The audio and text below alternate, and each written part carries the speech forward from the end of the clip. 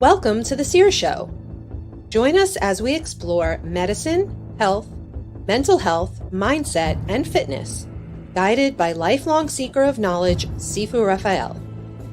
He will lead us on a transformative journey with groundbreaking insights and extraordinary guests from around the world.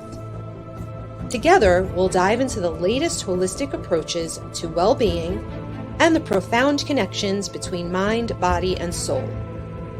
Sifu Raphael's expertise in positive thinking, resilience, and personal growth will inspire you to reach new heights. Get ready for the Sear Show. It's time to embrace a brighter, healthier, and more empowered future. 5, 4, 0.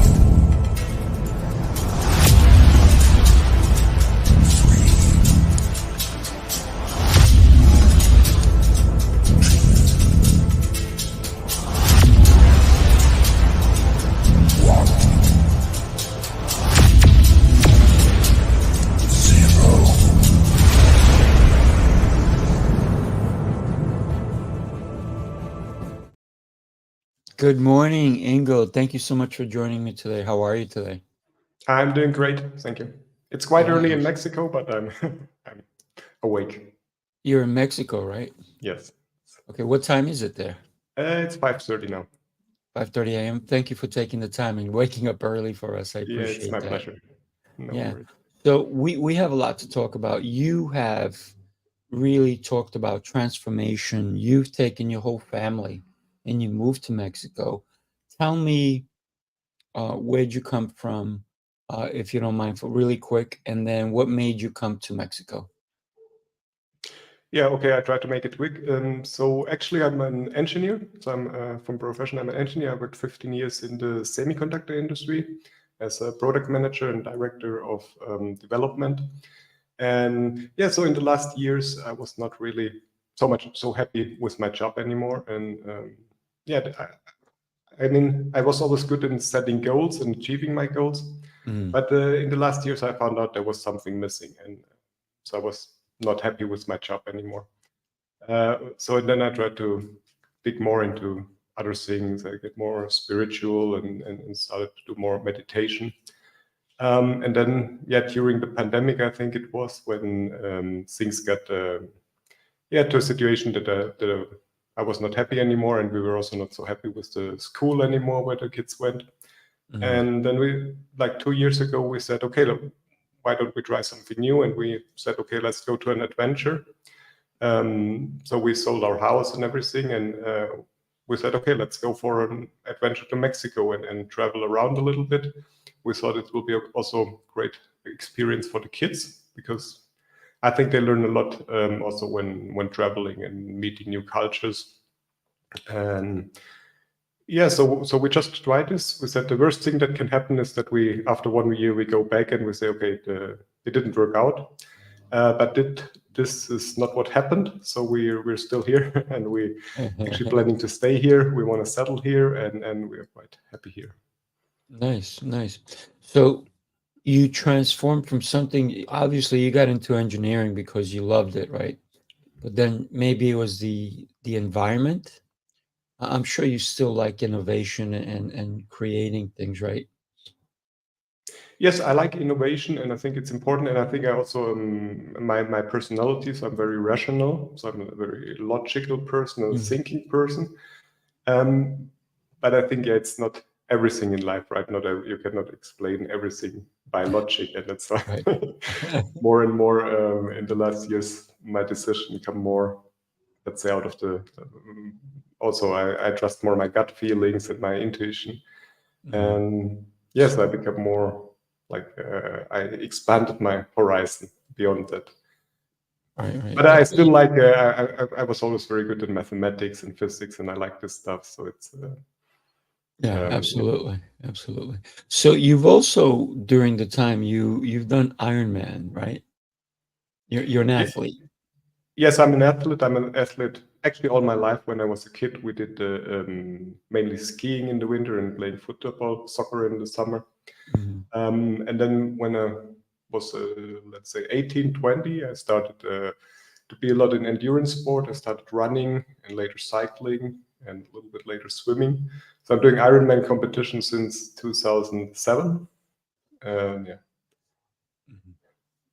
What makes it so that you become more when you're thinking of, because you had a passion for engineering without a doubt, because that's the profession you chose.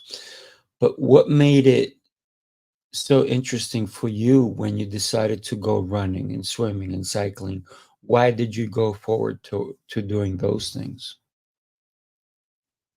Well, I think I think it's what you're saying. I'm following my passions and I try to follow my passions. And for example, I like to be in nature and I like to be connected to nature. And I also like to challenge and push myself towards new things. And especially in ultra endurance sports, it's, you're becoming, get into a flow with nature. And if you like doing long runs or long rides on the bicycle, you really become, it's almost a meditative state. And I really enjoy to be in the nature and to run for hours, for example. And then in Hawaii, you became a world champion, right? How was that? Tell us about that experience and why did you go to Hawaii to do it? No, so I was not the world champion, but I attended the world championship, just to make this Ended clear. it, okay. So in Ironman competition, there's actually, I mean, there are Ironman competitions all over the world, but the world championship is only in Hawaii. That's the main event in the year. And for every triathlete, that's basically the dream, to go to Hawaii. And if you want to go to Hawaii, you need to qualify. You need to choose one other Ironman race from the ones all over the world. It could be in Europe or the United States or in Asia. There are a few. So, and you need to qualify. So you need to be one of the best in your age group. And that means you qualify for Hawaii and then you can compete in Hawaii. And how was that competition? Yeah, that was amazing. I mean, it was but it was the dream of my life, right? I dreamed of that for 10, 15 years. And in the beginning, if you start, you're far away from the goal and you don't think it's possible, right? And then, but if you get closer and as you're getting better and when you see you can actually do it and you can achieve it, you're trying even harder. And then when it actually happens, you still can't believe it, but it's amazing experience. And Hawaii, of course, is also a special experience because there's, the landscape is special and you're swimming with the dolphins and it's quite hot. The run is quite hot, so it's not the fastest race, but it's something special. Nice. So you decided to leave your engineering career and become a transformational coach. What was that decision? And because you could have gone into anything, right? Why become a transformational coach? Yeah, because I think that's really what I'm passionate about. And since I'm an athlete and also since we're having a very healthy life within my family, me and my wife, we're since we met each other since 20 years or something like that, we're very interested in having a healthy life and eating, being connected to nature and eating only organic foods and trying to heal ourselves by natural medicines or natural herbs. And we developed this over the time, right? So this was one of the things we did, especially also for the family and for the kids.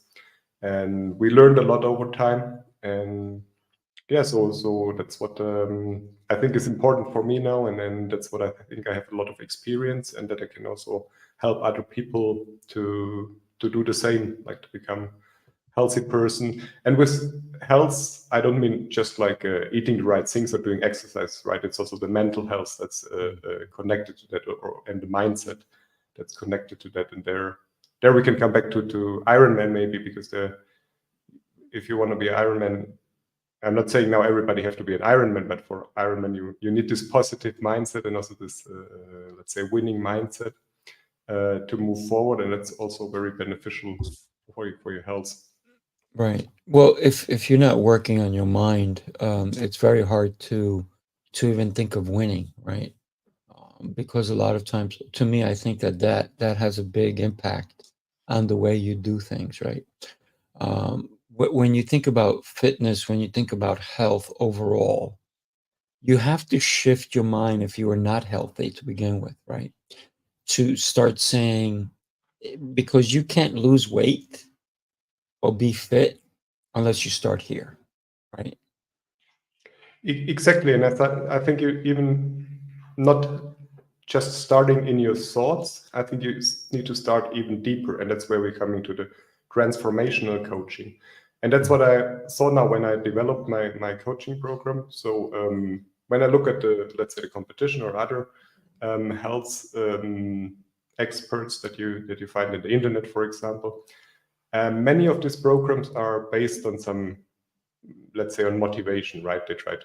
They promise you something like lose 10 pounds in 2 months or something like that. Right. And this can work. I think it can work. But it's based on motivation. So it's like you will be motivated for a while, but if you don't adapt this as an inner belief, I think it will not work for the long time, right? So, and I think if you want to change something, you really need to work on your inner values and understand yourself, and going really deeper in some to do some neurological changes. Yeah. So it's not No, just by motivation. yeah, I agree. Motivation will get you started. Yes, It's dedication that keeps you going, right? exactly. And therefore your goals need to be aligned with your values and with what you believe. So when we think about transformation, a lot of people think it's either a fitness transformation or a transformation to a different job. What other kinds of transformations could we have? I think it's an internal transformation. It's like a transformation of our mind and soul, like a transformation to different mindset. All of us, we have beliefs, right? And we also have limiting beliefs, what many call limiting beliefs, things that we think that are true, and they're stopping us from doing certain things, but they're actually just our own barriers. We're building our own barriers, right? We're not. It's not an external limit that we cannot cross a certain border. It's just what we set ourselves. Sorry, what was the question? That's okay. So when I talked about transformation, it's not just physical, and it's not just about transforming from into fitness or into a new job, but there's more to it, right? Because I believe, for me personally, I think transformation is the way you see the world when you take gratitude into it, when you can see opportunities, when you can see things changing because of your actions. So I just wanted to get your Yes. opinion on it. Sorry, yeah, I lost it a little bit. Exactly, and so I mean, there are studies that are saying most of our beliefs that we have, our internal beliefs, so things that we really build our life on, they are formed in a very early age, like the studies saying before 6 years or before 10 years, or some even say before 3 years. So that means that we're living on a belief system that's coming from a child, right?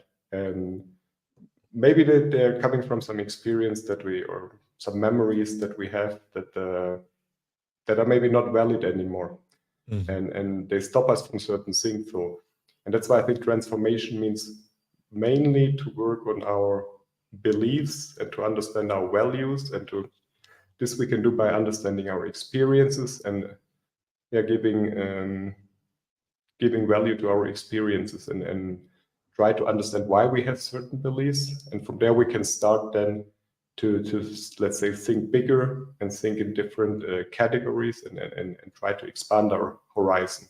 So that's what I mean with transformation. Thank you for that. Let me ask you, and I know you've done fasting. Is fasting part of a fundamental change in a transformation as well?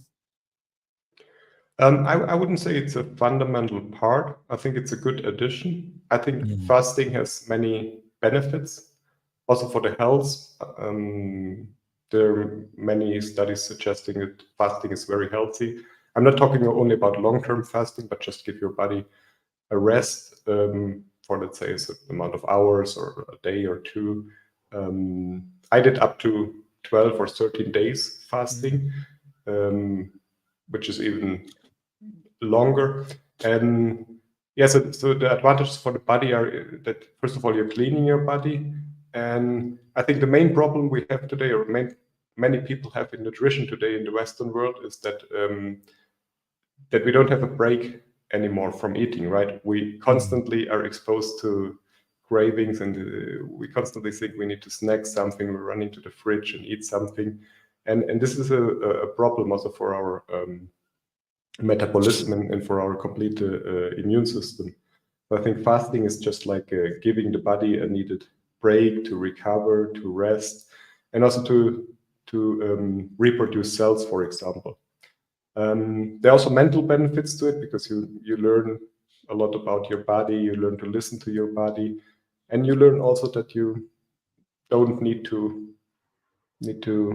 give always when you have a craving, right? That you don't need to listen to that, right? Sometimes it's just in your head. Sometimes, I mean, you feel like eating this next chocolate bar, right? But you're not really hungry. You don't really need it. It's just like a mental thing.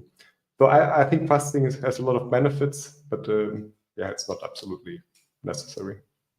No, not necessary, but I think it is, to me, it's fundamental because it changes the way you think, right? For example, you said something like you have to eat something. You feel like you want to crunch on something, right? You feel, but when you start fasting, because I've fasted plenty of times, when you, for me, when you feel the desire to eat something, sometimes it's not even our own desire. It's because we watch something. Right. We drive somewhere and we see a food advertisement, or we see a fast food place, or we see a place, or we smell something. And we're like, I have to have that. But meanwhile, you're right. Because when you talked about fasting a minute ago, I'm thinking the cavemen didn't have a choice, right? Because they had no choice because there was no food. They had to go hunt for it. And in order for them to even have breakfast, like you and I can go, you said it, you can go to the refrigerator, you can open something up, you can crack some eggs, whatever you want. But back in the day, if you wanted to have a meal, you had to go work for it. You had to really work for it. Compared to nowadays, it's so easy. And I think that's why so many people are not healthy, because it's too easy. It's not, there's no work involved. Yeah, I would absolutely agree to that. Yes, and I think that's our body is not used to it. Yeah, right. So as you're saying, the caveman, and it's what we have been like as humans for whatever thousands or even hundreds thousands of years, right? Right. When there was food, we eat, and when there was no food, okay, we didn't eat for a few days or even a week, or in the winter maybe even longer, and we survived, right? So and the body needs this rest, maybe not a few weeks, but the body, I mean, there are two big systems in the body, right? One is the metabolism that's working, and the other one is the immune system. So and for our immune system to work, we need the metabolism to rest, because if our digestion is working, we cannot put energy in the immune system. That's why this phase, especially overnight, for example, when you're not eating, is the time when your body recovers and when your body heals itself. But if we're constantly eating, we're eating the last thing before we go to bed, and we're eating the first thing in the morning, and then all over during the day, every 2 or 3 hours, then we never have, or our body never has time to heal. So, and this leads to a lot of problems. I think all of this, or many of this modern world diseases like diabetes, for example, they're exactly the problem from what you're saying, because we constantly have this food available, and it makes problems with our insulin levels and blood sugar and everything. Yeah, cavemen didn't have drive-throughs. No. They didn't have fast food shop. Yes. They're like, Yeah. oh, look, a fast food place. No, they didn't have that. But also they were so fit because if they weren't fast enough, they became the food, right? So Exactly. so when we think of transformation, and one of the things that you talk about is that you help people find their happy place. Why is that important when we think about a transformation? Because you're a life coach as well. You're helping people make changes to develop a healthy and happy plus energetic life. Why are those three connected? I think they're connected because we have only one life and we have only one body and we have only one mind, right? So, and they're all connected somehow together. And I think, I mean, for me, it was, for example, my transformation was I was always what most people would consider successful. I was successful in my job. I climbed the corporate ladder. I had a good payment, with a house, with a family. I was successful in sports. But as I said before, I mean, something was missing. So I worked more on this other components that are also relevant for life, like the spiritual aspect. And I think if we look on our life, we have different areas in life, right? There's our job, but there's also our family, there's our health, there's our Right. fitness, and all of them need to be in alignment, right? You cannot neglect over a longer period of time one of your areas of life and still there will be a disbalance. You will have problems in one area, so you need to make sure that you have a balance and put focus on the things that are important for you. And yeah, with that, I think they're connected, right?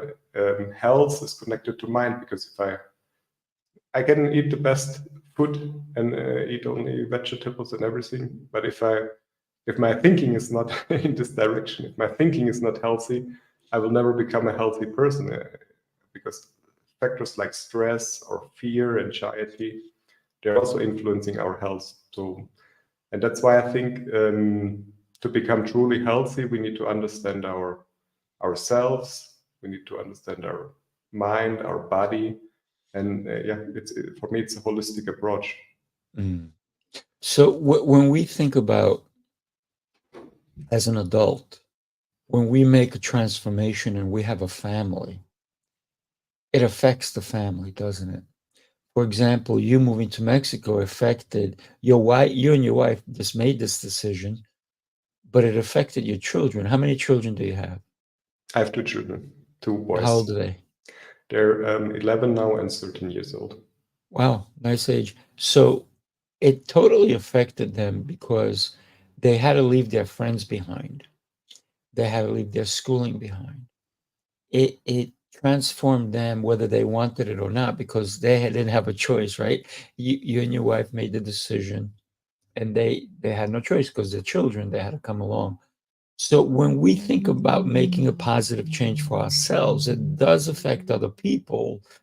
But I also think that it does not necessarily do it positively for them if they're not on board. So some people are not ready for that transformation. How were you able to have a positive transformation for your children?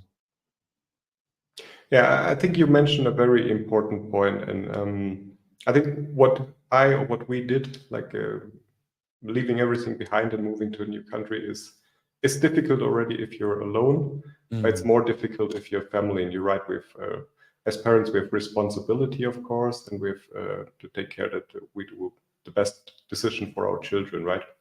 And you're right. At the end, it's of course the decision of the parents, but we discussed this before with the kids, of course, and we asked them.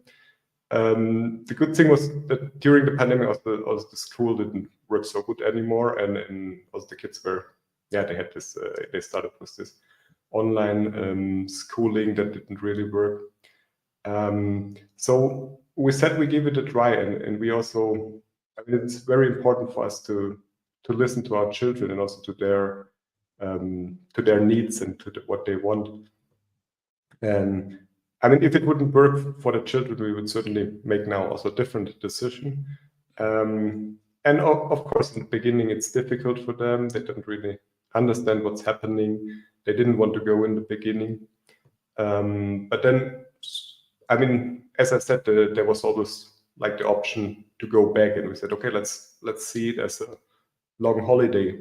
let's say. And if we don't like it, there's always the option to go back and go back to a different life, right? So it's not Right. like a one-way street. But since we're here in Mexico, I mean, they really enjoy it, and I think it's great for them. I mean, now since 1 year they're going to Mexican school here. It's an alternative school. They're a lot in the nature. They learn a lot about life and art, and I think they also learned on the street, right? When we're traveling, they learn from how they deal with different cultures, how to speak. Meanwhile, they're fluent in 4 languages. So I think it's a great experience for them, and they also love their life here now. So You said earlier about your children that they're getting a different experience. And I think that's very important, because and also learning about the culture, learning about how other people live.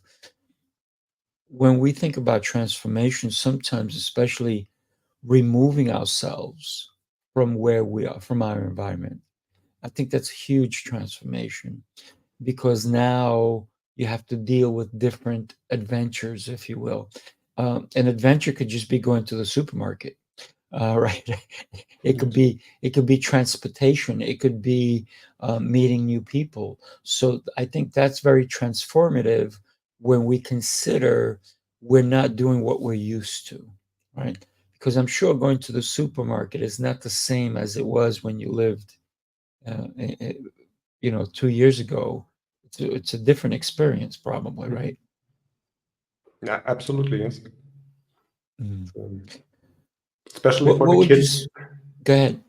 Especially for the kids, because for them, they're a new environment and everything is new and exciting, right? It's the supermarket on the street, or the food in the gas station, or meeting new people on the street, talking to them in a different language. Yeah. You said new and exciting, but for some people it's new and fearful, right? It could be scary too, right?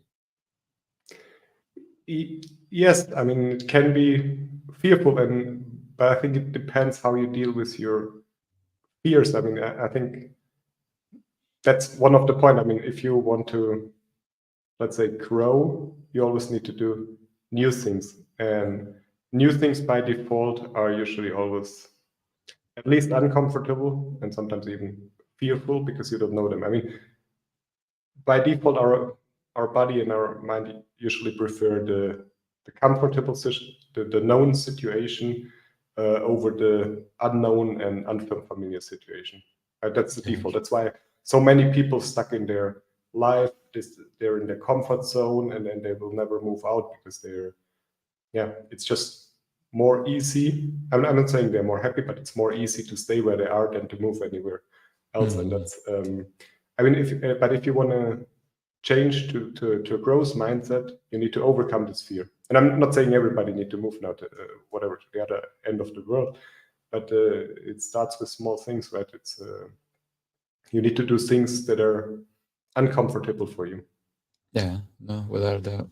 So transforming is almost the way I sometimes see transformation is you have to kill the old you, right? In order to, like a cocoon, right? You have to become a butterfly, right? You have to totally, for me, a true transformation is when you leave your old self behind and you don't go back to that. That's how I see a transformation, because in order for me, this is the way I see it, right? In order for you to truly become the new person, you can't keep doing the same things you did as the old person, right? You have to really adapt and change and embrace the new you, right? What are your thoughts? Yeah, I would absolutely agree to that. Yes, I mean, but I think it's always happening in life, right? We're constantly transforming. I mean, at least if we want to come better, and we transform to something new. We will never make a step back to the old. Maybe we will find out, okay, the transformation is still not where I want to be, and then you change a little bit the direction, and then you do something new, but you cannot go back to the old. That's true. Yes. I would agree to that. But I feel life like that. Life is constantly growing and developing yourself, and you learn new things, you understand new things about the environment, about yourself, and this is a transformation. Right. Well, you can only grow if you have a growth mindset. You can only transform if you have a growth mindset, right? Because if you're stagnant, if you're staying in the same place, you'll never grow. Yeah, I think that's the first step, and it's also the first step where you can start with a client that wants to do transformation. The first thing is they need to understand they're at a place where they don't want to be, and they need to be willing to go somewhere else. Right? You cannot force somebody to become different, right? It need to be their own intrinsic will to change and to do something different. So, how do clients find you?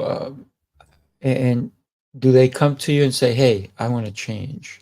How is that conversation, that first conversation when somebody reaches out to you?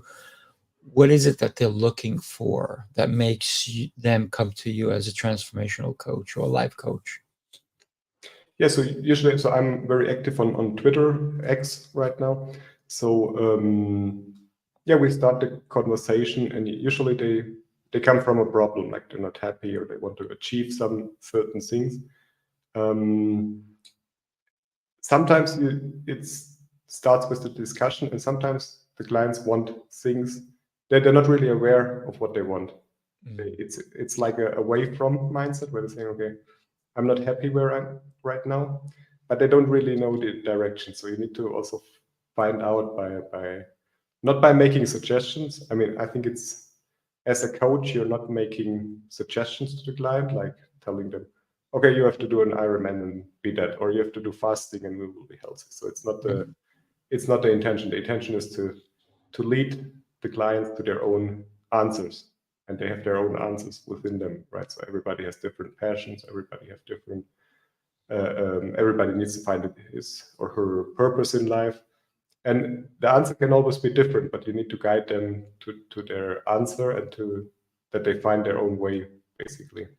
Yeah, that makes sense. And many people don't know what the way is because they have beliefs or they have goals, but they're maybe not even their own goals, right? Sometimes our goals are coming from society or by our parents or by our friends. We think, okay, we need to be successful, and we need to we think we need to be whatever, a millionaire, or we think we need to be a doctor or something like that. But in many cases, this is something that we carry from society or from family. It's not our. We need to understand what our own goals and goals that are aligned with our own desires. Right. Because it is our own path that we should always be almost if we had a shovel, and in order to get to our happy place, we have to shovel through, right? But if you get rid of your shovel, now you have to dig with your hands, right? So it's important to have the tools to be able to get to the other side. You want to climb up, you need a rope or you need a ladder, you need something, right? So having the tools, I think it's one of the key ingredients. And that's, do you teach people how to start implementing their own tools? Yeah, exactly. This is exactly what I'm doing. And you say it absolutely correctly. You need your tools, and then you need to find your own way. There's the saying that the mind is asking, which way should I go? But the creativity starts to build the road, right? So it's your own, I mean, it's your life, it's your path. And yeah, it's great to have the tools available. I think it's very important, and you can be much faster, much more efficient with the right tools. But it's your own way in the end, right? Like nobody else can build this way for you. Right.